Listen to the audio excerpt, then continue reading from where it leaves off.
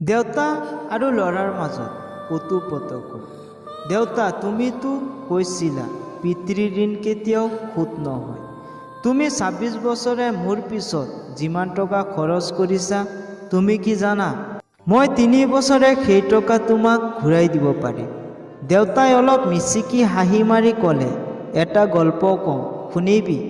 ল'ৰাটো অলপ আচৰিত হৈ গ'ল আৰু নিশ্চুক সুৰেৰে ক'লে, কোৱা দেউতা, শুনিম। তোৰ বয়স যেতিয়া ৪, তেতিয়া মোৰ মাহিলী আয় ২,০০০ টকা। সেই টকাৰে সংসাৰখন চলোৱাৰ কষ্ট ঘৰৰ কাৰোবাক কেতিয়াও বুজিব দিয়া নাই। মই মোৰ সংসাৰৰ মাজত সকলো সময়তে চেষ্টা কৰিছিলোঁ তোৰ মাক সুখী কৰিবলৈ। তোক যেতিয়া স্কুলত ভৰ্তি কৰিলোঁ, সেইবাৰেই আমি দুয়োজন, মই আৰু তোৰ মা, পৰিকল্পনা কৰিছিলোঁ আমি তোৰ পঢ়াৰ খৰচৰ বিনিময়ত কি ত্যাগ কৰিম। সেই সময়ত তোৰ মাক একোৱেই দিব পৰা নাছিলোঁ মই। তই যেতিয়া কলেজত উঠিলি, তেতিয়া আমাৰ অৱস্থা মোটামুটি ভাল।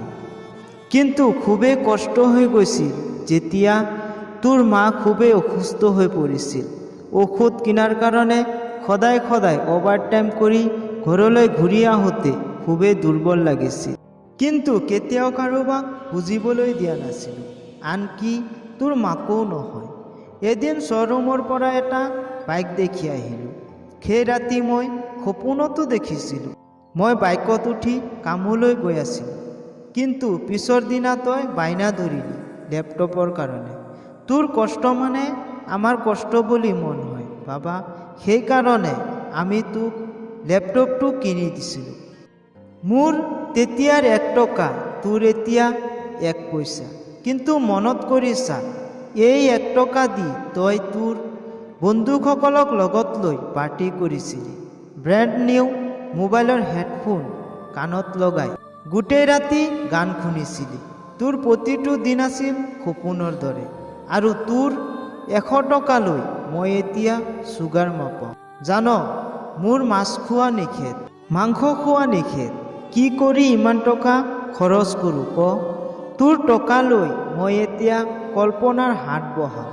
সেই হাটত মই বাইক চলাই গোটেই চহৰ ঘূৰি ফুৰোঁ।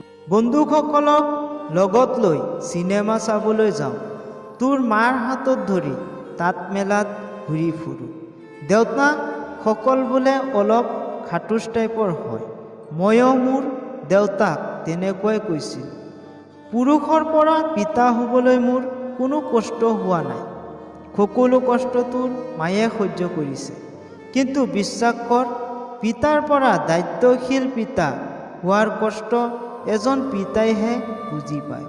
যুগে যুগে সকলো স্থানতে মাতৃবন্দনা হ'লেও পিতৃবন্দনা ক'ৰবাত দেখিছনে? পিতৃবন্দনা মই আশাও কৰা নাই। সন্তানৰ প্ৰতি ভাল পোৱা কোনো পিতা হয়তো প্ৰকাশ কৰিব নোৱাৰে। সেয়েহে কোনো পিতা কেতিয়াও সন্তানৰ প্ৰতি দায়িত্ব পালনৰ বিচ্যুত নকৰে।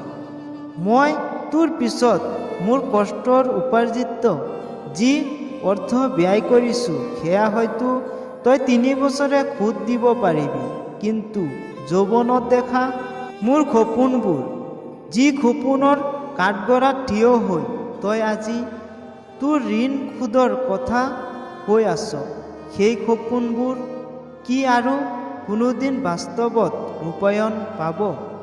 আৰু যদি কোৱা, দেউতা, মই তোমাৰ টকা নহয়, তোমাৰ ভালপোৱা, মৰম চেনেহ তোমাক ঘূৰাই দিম, তেনেহ'লে কম, দেউতাসকলৰ ভালপোৱা কেতিয়াও ঘূৰাই দিব পৰা নাযায়। তোক এটা প্ৰশ্ন কৰোঁ, ধৰ তই, মই আৰু তোৰ মা ৩জন এটা নাৱত বহি আছোঁ। হঠাৎ নাওখন ডুবি যাবলৈ ধৰিলে। যিকোনো এজনক বচাব পাৰিবি তই। কাক বচাবি? ল'ৰাটোৱে হাজাৰবাৰ চেষ্টা কৰিও এক তিল উৰ্দ্ধখন লৰাব পৰা নাছিল। দেউতাই ক'লে, উত্তৰ দিব নালাগে। এটা কথা সকলো সময়তে মনত ৰাখিবি, ল'ৰাবোৰেহে দেউতা হয়, দেউতা কেতিয়াও ল'ৰা হ'ব নোৱাৰে। পৃথিৱীত সকলোতকৈ ওজন বস্তু কি জানা? পিতাৰ কান্ধত পুতেকৰ লাজ। মই সদায় সৃষ্টিকৰ্তাৰ ওচৰত এটা বস্তু বিচাৰোঁ, মোৰ শেষ যাত্ৰাত যাতে মই মোৰ পুত্ৰৰ কান্ধত উঠি যাওঁ, তেতিয়াই তই এটা ঋণ পৰিশোধ কৰিব পাৰিবি, তোক কোলাত লোৱাৰ ঋণ। জীৱনত সুখী থাকিব বিচাৰিলে এইকেইটা কথা অৱশ্যই মনত ৰাখিব। 1. কথা কম ক'ব, অপ্ৰয়োজনীয় কথা কোৱাৰ পৰা নিজক দূৰত ৰাখিব। 2. আপোনাক কোনোবাই কিবা সুধিলে যিমানখিনি প্ৰয়োজন সিমানখিনি উত্তৰ দিব। 3. হয় হুলস্থুল নকৰিব, সদায় শান্তিত থকাৰ চেষ্টা কৰিব। 4. চিৰিয়াছ মুমেণ্টত বিচলিত নহ'ব, চকু বন্ধ কৰি ভাবিব কি কৰা উচিত। 5. বিপদত পৰিলে আতংকিত নহ'ব, শান্তি মনে উপায় বিচাৰি থাক। 6. অপচয় নকৰিব, সেইটো যিয়ে হ'ব পাৰে। 7. ব্যক্তিগত বিষয় কাৰোবাৰ লগত শ্বেয়াৰ নকৰিব। 8. কোনোবাই খুচৰি কথা ক'লে ওলোটাই আক্ৰমণ কৰিবলৈ নাযাব, মিচিকি হাঁহি মাৰি স্থান ত্যাগ কৰিব। 9. সমালোচনাত অংশ নল'ব। 10. নিজক বেলেগ কৰি ৰাখক, অকলে থকাৰ চেষ্টা কৰক। 11. নিজৰ সিদ্ধান্ত নিজে ল'বলৈ শিকক, ভাবি চিন্তি সিদ্ধান্ত লওক। 12.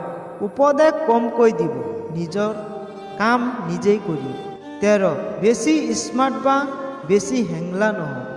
14. সকলো সময়তে পজিটিভ কথা-বাৰ্তা ক'ব।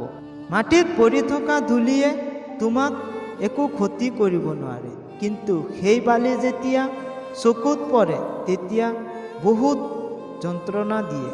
ঠিক তেনেকৈয়ে জীৱনত কাৰোবাক কেতিয়াও তুচ্ছ আৰু দুৰ্বল নাভাবিব, কাৰণ সৃষ্টিকৰ্তা কাৰ ভাগ্যৰ চকাখন কেতিয়া ঘূৰাই দিয়ে কোনেও ক'ব নোৱাৰে। জীৱনত গুৰুত্বপূৰ্ণ 6টা নীতি। 1. প্ৰাৰ্থনা কৰাৰ আগতে বিশ্বাস কৰা। 2. কথা কোৱাৰ আগতে শুনা। 3. খৰচ কৰাৰ আগতে উপাৰ্জন কৰা। 4. কিবা লিখাৰ আগতে চিন্তা কৰা। 5. হাল এৰি দিয়াৰ আগতে চেষ্টা কৰা। 6. মৰাৰ আগতে বাচি থাকিবলৈ শিকা। মাংস খোৱা নিষেধ। কি কৰি ইমান টকা খৰচ কৰোঁ ক? তোৰ টকা লৈ মই এতিয়া কল্পনাৰ